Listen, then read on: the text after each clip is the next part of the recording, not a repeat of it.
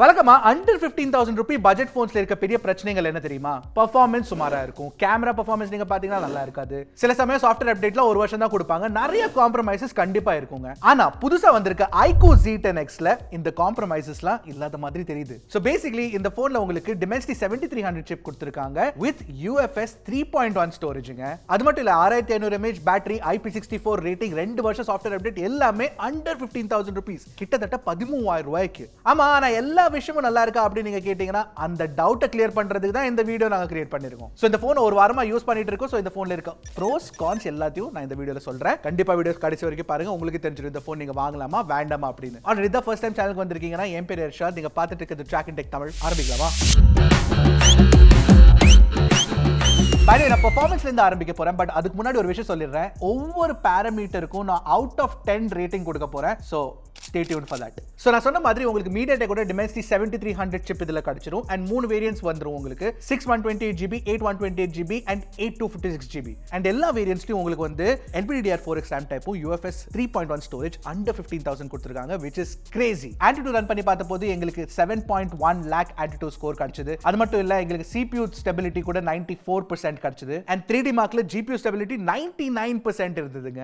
இதே பிரைஸ் ரேஞ்ச்ல உங்களுக்கு CMF Phone 1 கிடைக்கும். அண்ட் CMF Phone 1 கம்பேரிசன்ல iQOO ஓட ஸ்கோர்ஸ் பெட்டரா இருக்கு. நாங்க கேமிங் கூட பண்ணி பார்த்தோம். BGMI ல 60 FPS தான் கிடைக்கும் உங்களுக்கு. இந்த சிப்செட்ல உங்களுக்கு 90 FPS சப்போர்ட் இருக்கு. பட் இப்போதைக்கு z10X ல 60 FPS தான் அன்லாக்டா இருக்கு. மேபி ஃபியூச்சர்ல 90 FPS அன்லாக் ஆகிற சான்சஸ் இருக்கு. பட் நாங்க COD விளையாடி பார்த்தப்போ COD மொபைல் அதுல 120 FPS ஸ்மூத்தா ஒர்க் ஆகுது, பிரச்சனை இல்ல. இன்ஃபேக்ட் இன்னும் கொஞ்சம் கிராஃபிக்கலி இன்டென்சிவ் கேம் இருக்குல்ல Genshin Impact, அது விளையாடி பார்த்தோம். அண்ட் அதுல எங்களுக்கு 44.1 average FPS கிடைச்சதுங்க, which is pretty good. அது மட்டும் இல்ல இந்த போனோட டெம்பரேச்சர் எவ்வளவு போச்சுன்னு பாருங்க. ஆஃப்டர் 30 minutes வெறும் 36 degrees தான். Crazy temperature control, thermal efficiency நல்லா இருக்கு இதுல. சரி கேமிங்லாம் வேண்டாப்பா, ரெகுலர் யூசேஜ்ல ஃபாஸ்டா இருக்கா கேட்டிங்கன்னா அதெல்லாம் சொல்லவே வேண்டாம், ஃபாஸ்டா இருக்கு. நான் வந்து நிறைய ஆப்ஸ் பேக்ரவுண்ட்ல வைப்பேன், 15-20 ஆப்ல பேக்ரவுண்ட்ல இருக்கும். அண்ட் RAM மேனேஜ்மெண்ட் கூட நல்லா பண்ணிருக்காங்க, which is very nice. In fact உங்களுக்கு 8GB RAM எக்ஸ்டென்ஷனும் கொடுத்திருக்காங்க. So that's also good. Network performance பொறுத்த வரைக்கும் உங்களுக்கு 8 5G பேண்ட் சப்போர்ட் கிடைச்சிரும். நாங்க டெஸ்ட் பண்ணும்போது Jio ஓட நெட்வொர்க்ல டெஸ்ட் பண்ணோம். அண்ட் Jio வந்து நல்லா வர்க் பண்ணுதுங்க, பிரச்சனை இல்ல. மொபைல் டேட்டா ஆகட்டும், கால்ஸ் ஆகட்டும், எவ்ரிதிங் இஸ் ஃபைன். அதாவது நீங்க பாத்தீங்கன்னா Wi-Fi 6 support, latest Bluetooth 5.4 support எல்லாமே கிடைச்சிரும். ஆனா இந்த போன்ல NFC கிடையாது. So keep that in mind. இந்த பிரைஸ் ரேஞ்ச்ல நிறைய போன்ஸ்ல NFC கொடுக்கிறது இல்ல, பட் ஸ்டில் NFC இருந்திருந்தா பெட்டரா இருந்திருக்கும். சோ பெர்ஃபார்மன்ஸ் பொறுத்த வரைக்கும் நாங்க டெஸ்ட் பண்ண வேரியன்ட் 8256GB வேரியன்ட்ல தாறுமாறா இருக்கு, குறை சொல்றதுக்கு எதுவுமே இல்ல.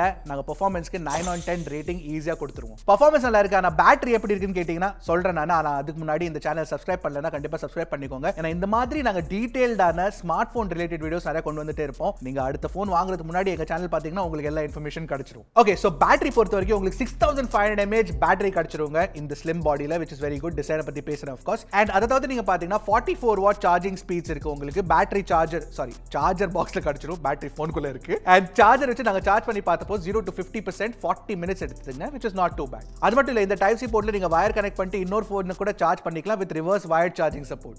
6500 mAh பேட்டரி இருக்கிறதுல பெரிய மேட்டரே கிடையாது. பேட்டரி லைஃப் எப்படி இருக்குப்பா அப்படின்னு கேட்டீங்கன்னா we were shocked. உண்மையா சொல்றேன் நான், battery life is damn good. Screen on time எங்களுக்கு 12 ஹவர்ஸ்க்கு மேல ஸ்கிரீன் ஆன் டைம் கிடைச்சதுங்க. நீங்க ஃபுல் டே போன் யூஸ் பண்ணாலும் at the end of the day உங்களுக்கு 40% பேட்டரி லைஃப், 35-40% பேட்டரி லைஃப் கண்டிப்பா will be remaining in the bank. So test பண்ணும்போது எனக்கு என்ன தோணுச்சுன்னா இந்த போன் வந்து காலேஜ் ஸ்டூடண்ட்ஸ்க்கு கரெக்ட்டா இருக்கும் அப்படின்னு தோணுச்சு. ஏன்னா ரொம்ப அதிகமா உங்கள்ட்ட பட்ஜெட்ல ஒரு 15,000 பட்ஜெட் தான் இருக்குன்னா உங்களுக்கு பெர்ஃபார்மன்ஸ் அண்ட் பேட்டரி லைஃப் வேணும்னா இந்த z10X is actually superb. So battery performance பொறுத்த வரைக்கும் 10 on 10ங்க.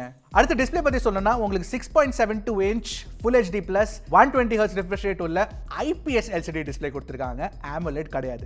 AMOLED கொடுத்திருந்தா கண்டிப்பா பெட்டரா இருந்திருக்கும். ஆஃப் கோர்ஸ் கலர்ஸ் இன்னும் கொஞ்சம் ரிச்சா தெரிஞ்சிருக்கும். அது மட்டும் இல்ல இந்த பெசல் இருக்குல்ல, கீழ இருக்க பெசல பாருங்க, அதோட சைஸ் கொஞ்சம் பெருசா இருக்கு compared to the side Bessel's. அத கூட குறைச்சிருக்கலாம் AMOLED இருந்திருந்தா. சரி, அப்ப இந்த IPS LCD பேனல் குவாலிட்டி எப்படி இருக்குன்னு கேட்டீங்கன்னா குவாலிட்டி ஆக்சுவலி பரவாயில்லை, நல்லா தான் இருக்கு. ஏன்னா வந்து உங்களுக்கு ப்ரொஃபஷனல் மோட்ல நல்ல கலர் அக்யூரசி கொடுத்திருக்காங்க. சோ பிரைஸ் ரேஞ்சுக்கு பொறுத்த வரைக்கும் இந்த AMOLED வந்து ஒரு காஸ்ட் கட்டிங் மாதிரி தோணுச்சு. But still IPS LCD tuning கரெக்ட்டா பண்ணிருக்காங்க. பை தி வே பிரைட்னஸ் பொறுத்த வரைக்கும் உங்களுக்கு 1050 nits பிரைட்னஸ் கிடைச்சிரும் ஹை பிரைட்னஸ் மோட்ல. அப்படினா நீங்க வெளிய எடுத்துட்டு போகும்போது சன்லைட் பட்டுச்சுனா ஸ்கிரீன்ல அப்போ உங்களுக்கு வந்து 1050 nitsல ஆட்டோமேட்டிக் பிரைட்னஸ் போகும். அண்ட் தட் இஸ் ஆக்சுவலி இந்த பிரைஸ் ரேஞ்சுக்கு நல்ல பிரைட்னஸ் தான். இன்ஃபேக்ட் LCD ஸ்கிரீன்ஸ்ல இவ்வளவு பிரைட்னஸ் ஜெனரலி கிடைக்காது, இதுல கொடுத்திருக்காங்க, which is very good. YouTube Netflixல HDR support இருக்கான்னு கேட்டிங்கன்னா YouTubeல இருக்கு, Netflixல கிடையாது. இந்த பிரைஸ் ரேஞ்ச்ல எக்ஸ்பெக்ட் பண்ண கூடாது. எந்த போன்லயுமே நான் Netflix HDR பார்த்தது இல்ல actually. By the way IPS LCD கொடுத்திருக்கனால உங்களுக்கு வந்து in display fingerprint scanner கிடைக்காது. அதுக்கு உங்களுக்கு AMOLED டிஸ்ப்ளே தேவை to get in display fingerprint scanner. But உங்களுக்கு ஃபிங்கர் பிரிண்ட் ஸ்கேனர் வந்து பவர் பட்டன்ல கொடுத்திருக்காங்க. எம்பெடட் ஃபிங்கர் பிரிண்ட் ஸ்கேனர் ஃபாஸ்டா இருக்கு அன்லாக் பண்றதுக்கு ஒரு பிரச்சனை தெரியல எனக்கு. பட் டிஸ்ப்ளே கூட உங்களுக்கு மல்டிமீடியா எக்ஸ்பீரியன்ஸ்க்காக ஸ்டீரியோ ஸ்பீக்கர் கொடுத்திருக்காங்க. பட் ஸ்டீரியோ ஸ்பீக்கரோட குவாலிட்டி நீங்க கேட்டீங்கன்னா honestly it could have been better. கொஞ்சம் ஆவரேஜா தான் இருக்கு. நீங்களே கேட்டு பாருங்க. 100% வரைக்கும் வால்யூம் இருக்கு. பட் 400% வரைக்கும் வால்யூம் எடுத்துட்டு போனீங்கன்னா நல்லா லவுட் ஆகுது. ஆனா ரிச்சா இல்ல. எனிவே நீங்களே கேட்டு பாருங்க. சொல்லுங்க உங்களுக்கு என்ன தோணுதுன்னு. கேட்டிங்களா சவுண்டு எப்படி தோணுச்சு? கண்டிப்பா காமெண்ட் செக்ஷன்ல சொல்லுங்க. பை தி வே இன்னொரு விஷயம் இருக்கு. நீங்க வந்து ப்ளூடூத் ஹைரஸ் கோடெக்ஸ் வச்சிருக்க truly wireless earbuds like for example LHDC LDAC support பண்ற ட்ரூலி வயர்லெஸ் இயர்பட்ஸ் யூஸ் பண்றீங்கன்னா அப்போ இதுல வந்து உங்களுக்கு LDAC மட்டும் தான் கிடைக்கும். LHDC சப்போர்ட் கிடையாது. சோ ஓவராலா நீங்க பாத்தீங்கன்னா மல்டிமீடியா எக்ஸ்பீரியன்ஸ் பொறுத்த வரைக்கும் டிஸ்ப்ளே அண்ட் ஸ்பீக்கர் எக்ஸ்பீரியன்ஸ் பொறுத்த வரைக்கும் ஒரு 7/10 கொடுக்கலாம். AMOLED கொடுத்திருந்தா maybe the score would have been higher.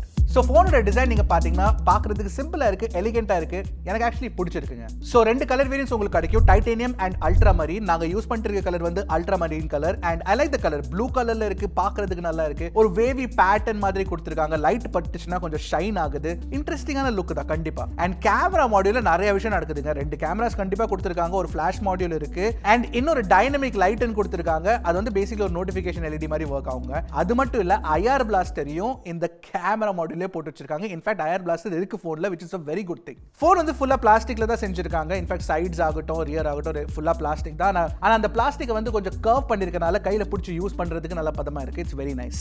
6500 mAh battery கொடுத்து ஸ்லிம்மா வச்சிருக்காங்க போனை. 8.09 mm தான். அது மட்டும் இல்ல weight கூட நீங்க பாத்தீங்கன்னா கிட்டத்தட்ட 205 grams தான் which is also very comfortable especially battery size எடுத்துக்கிட்டீங்கன்னா நீங்க. சோ நல்ல டிசைன் பண்ணிருக்காங்க, நல்ல ஒரு பில்ட் பண்ணிருக்காங்க. அண்ட் பில்ட் பத்தி பேசும்போது உங்களுக்கு IP64 ரேட்டிங் கிடைச்சிடும். மிலிட்டரி ஸ்டாண்டர்ட் 810H சர்டிஃபிகேஷனும் கொடுத்திருக்காங்க. So yeah good stuff. So ஓவராலா பில்ட் அண்ட் டிசைன் பொறுத்த வரைக்கும் எனக்கு ஆக்சுவலி பிடிச்சிருக்கு. நான் 9/10 கொடுப்பேன். பிகாஸ் மெயின்லி நீங்க பாத்தீங்கன்னா உங்களுக்கு வந்து IP64 rating, military standard certification கொடுத்திருக்காங்க. அது மட்டும் இல்ல IR பிளாஸ்டர் கிடைச்சிடும். அண்ட் பெரிய பேட்டரி யூஸ் பண்ணிட்டு நல்ல ஒரு ஸ்லிம்மான டிசைன் கொடுத்திருக்கிறது வந்து is something that I appreciate. அது மட்டும் இல்ல டைனமிக் லைட் வேற கொடுத்திருக்காங்க நோட்டிஃபிகேஷன்ஸ்க்கு. Don't forget that. Camera setup வந்து சிம்பிளான கேமரா செட்டப் தான். ஒரு மெயினான 50MP பிரைமரி கேமரா இருக்கு. இன்னொரு 2 மெகாபிக்சல் போகா லென்ஸ் கொடுத்திருக்காங்க. சோ ஆஃப் கோர்ஸ் அங்க அல்ட்ரா வைட் கொடுத்திருந்தா இன்னும் கொஞ்சம் பெட்டரா இருந்திருக்கும். அண்ட் ஃப்ரண்ட்ல நீங்க பாத்தீங்கன்னா 8 மெகாபிக்சல் செல்ஃபி கேமரா கிடைச்சிடும். சோ iQOO phones ஜெனரலி நீங்க பாத்தீங்கன்னா கேமரா பெர்ஃபார்மன்ஸ் நல்லா இருக்கும். அண்ட் இந்த போன்லயும் actually it's nice. Especially price எடுத்துட்டீங்கன்னா இந்த போன்ல இருந்து எடுத்திருக்க போட்டோஸ் வந்து எங்களுக்கு ஆக்சுவலி பிடிச்சிருக்குங்க.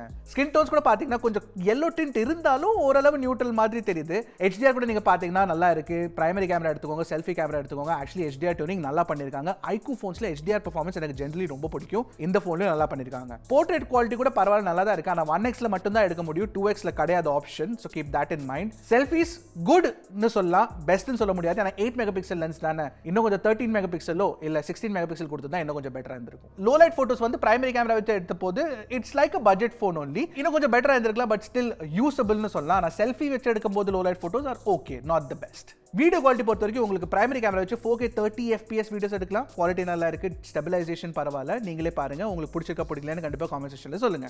செல்ஃபி கேமரா வச்சு 1080p 30 FPS எடுக்க முடியும். So keep that in mind. By the way இந்த கேமரா அண்ட் கேமரா எக்ஸ்பீரியன்ஸ்க்கு இந்த பிரைஸ் ரேஞ்ச்ல ஒரு 7/10 கொடுக்கலாம். அல்ட்ரா வைட் இருந்ததா இன்னும் கொஞ்சம் பெட்டரா இருந்திருக்கும். பட் பிரைமரி கேமரா பெர்ஃபார்மன்ஸ் நல்லா இருக்கு. HDR எஸ்பெஷலி நீங்க பாத்தீங்கன்னா நல்லா இருக்கு. பட் நீங்க தேவையான போட்டோஸ் எடுக்கும்போது like for example friends and family shoot பண்ணும்போது இல்ல செல்ஃபிஸ் எடுக்கும்போது நல்ல ஒரு ரிலையபிளான கேமராவா எனக்கு தோணுச்சு. பட் ஸ்டில் நாங்க சொல்றது வந்து உங்களுக்கு இதெல்லாம் வேண்டாப்பா நீ போட்டோஸ் கூட நாங்க பார்க்குறோம் அப்படின்னு சொல்றீங்கன்னா அப்போ கண்டிப்பா டிரைவ் லிங்க் வந்து டிஸ்கிரிப்ஷன்ல போட்டு வச்சிருக்கோம். போய் செக் பண்ணுங்க. அங்கே போட்டோஸ் இருக்கு, வீடியோஸ் இருக்கு. நீங்களே பாருங்க. பிடிச்சிருக்கா பிடிக்கலன்னு காமெண்ட் செக்ஷன்ல சொல்லுங்க. பிரைஸ் என்ன வச்சுக்கோங்க, under 15,000 rupees.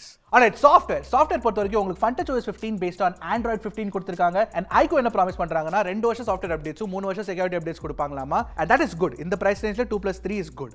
ஒரு விஷயம் பார்த்ததுக்கு அப்புறம் நான் கொஞ்சம் ஹாப்பி ஆயிட்டேங்க. ஏன்னா இந்த iQOO பட்ஜெட் ஃபோன்ஸ்ல ஜெனரலி கொஞ்சம் ப்ளோட்டர் அதிகமா இருக்கும். இந்த போன்ல கொஞ்சம் கம்மியா வச்சிருக்காங்க. and கொடுத்திருக்க எக்ஸ்ட்ரா ஆப்ஸ் கூட நீங்க பாத்தீங்கன்னா ப்ளோட்டர்னு சொல்ல முடியாது, கொஞ்சம் யூஸ்ஃபுல்லான ஆப்ஸா தான் தோணுச்சு எனக்கு. ஏன்னா உங்களுக்கு ஃபோன் பே கொடுத்திருக்காங்க, ஸ்னாப்சாட் இருக்கு, லிங்க்டின் இருக்கு, ஃபேஸ்புக் இருக்கு, ட்ரூ காலர் இருக்கு. இது எல்லாமே ப்ரீ இன்ஸ்டால்டா இருக்கு. இந்த ஆப்ஸ்லாம் நீங்க ஜெனரலி கூட இன்ஸ்டால் பண்ணுவீங்க நான் நம்புறேன். இல்ல உங்களுக்கு வேண்டானா தேவையில்லைன்னா நீங்க அன்இன்ஸ்டால் கூட பண்ணிக்கலாம். No problem. அந்த ஆப்ஷனும் கொடுத்திருக்காங்க. In fact hot apps, hot games கூட நீங்க இனிஷியல் செட்டப்லயே வேண்டாம்னு சொல்லிட்டீங்கன்னா அது காட்டாது, which is good. யூஐ பொறுத்த வரைக்கும் ஃபன் டச் ஓஎஸ் வந்து இன்னும் கொஞ்சம் பெட்டரா இருக்கலாம் நான் நிறைய தடவை சொல்லியிருக்கேன் and that is true even for the iQOO z10X. in fact இந்த ஃபீட்பேக் வந்து நாங்க iQOO கொடுத்திருக்கோம். hopefully they are working on it. ஆனா ஃபீச்சர்ஸ் வந்து ஏகப்பட்ட ஃபீச்சர்ஸ் கொடுத்திருக்காங்க. நீங்க ஆப்ஸ் ஹைட் பண்ணிக்கலாம், கால் ரெக்கார்டிங் கூட பண்ணிக்கலாம், ஸ்பிளிட் ஸ்கிரீன் ஃபீச்சர் கொடுத்திருக்காங்க, நல்லா ஒர்க் பண்ணுது and ஸ்மார்ட் சைட் பார் ஆப்ஷனும் இருக்கு. அது தவிர்த்து நீங்க பாத்தீங்கன்னா சில AI ஃபீச்சர்ஸும் கொடுத்திருக்காங்க. சோ பேசிக்கலி உங்களுக்கு AI எரேசர் கிடைச்சிரும். சோ வேண்டாத விஷயத்தை வந்து நீங்க erase பண்ணிக்கலாம். இன்ஸ்டன்ட் டாக்குமெண்ட் கன்வர்ட்டர் கொடுத்திருக்காங்க, AI போட்டோ என்ஹான்ஸ் இருக்கு,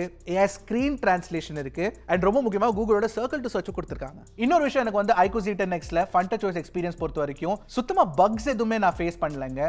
பேசிக்கலி பிரேக் டவுன் எதுவுமே ஆகல. நல்ல கிளீனான ஸ்டேபிளான யூசர் எக்ஸ்பீரியன்ஸ் கிடைச்சிருக்கனால அதுக்காகவே நான் ஒரு நல்ல ரேட்டிங் கொடுக்க போறேன் 8 on 10. சோ எல்லாத்தையும் சேர்த்து நீங்க பாத்தீங்கன்னா iQOO z10Xல பிரைஸ் வந்து ஸ்டார்டிங் பிரைஸ் வந்து 12499 வச்சிருக்காங்க for the base variant 628GB variant. Of course இது வந்து ஆஃப்டர் டிஸ்கவுண்ட்ஸ் தான் and 8256GB வேரியன்ட் நீங்க பாத்தீங்கன்னா உங்களுக்கு 15499 கிடைச்சிரும் ஆஃப்டர் டிஸ்கவுண்ட். சோ 12499 to 15499ல உங்களுக்கு 3 வேரியன்ட்ஸ் கொடுத்திருக்காங்க. and நீங்க எந்த வேரியன்ட் எடுத்தாலும் ஐ திங்க் iQOO z10X இருக்கு ஒரு வேல்யூ ஃபார் மணி ஃபோனா எனக்கு தோணுச்சு, எஸ்பெஷலி இந்த பிரைஸ் ரேஞ்ச்ல. ஏன்னா உங்களுக்கு வந்து பெர்ஃபார்மன்ஸ் நல்லா கிடைச்சிரும், பேட்டரி நல்லா இருக்கு, சாஃப்ட்வேர் எக்ஸ்பீரியன்ஸ் கிளீனா இருக்கு, பக் ஃப்ரீயா இருக்கு which is also good. நல்ல டியூரபிலிட்டி கொடுத்திருக்காங்க, IP64 ரேட்டிங் இருக்கு, மிலிட்டரி ஸ்டாண்டர்ட் சர்டிஃபிகேஷன் கொடுத்திருக்காங்க. கேமராஸ் கூட நீங்க பாத்தீங்கன்னா அல்ட்ரா வைட் இல்லனாலும் நல்ல கேமரா எக்ஸ்பீரியன்ஸ் டியூனிங் நல்லா பண்ணிருக்காங்க. That is very very important. என்ன AMOLED டிஸ்ப்ளே கொடுத்திருந்தா இன்னும் கொஞ்சம் பெட்டரா இருந்திருக்கும் and ஸ்பீக்கரோட குவாலிட்டி இன்னும் கொஞ்சம் பெட்டரா இருந்தா நல்லா இருந்திருக்கும். பட் ஓவராலா திஸ் இஸ் வர்த் ரெக்கமெண்டிங்னு எனக்கு தோணுச்சு. சோ iQOO z10X இந்த பிரைஸ் ரேஞ்சில் நீங்க பாக்குறீங்கன்னா under 15,000 one of the better ஃபோன்ஸ்னு கண்டிப்பா சொல்லலாம். உங்களுக்கு பிடிச்சிருக்கா iQOO z10X? பிடிச்சிருக்கா பிடிக்கலையா சொல்லுங்க காமெண்ட்ஸ்ல. அடுத்த வீடியோல சந்திக்கிறேன். அது வரைக்கும் டக்குன்னு டெக்கு போடுங்க கிளிக்கு Trakin தமிழ்.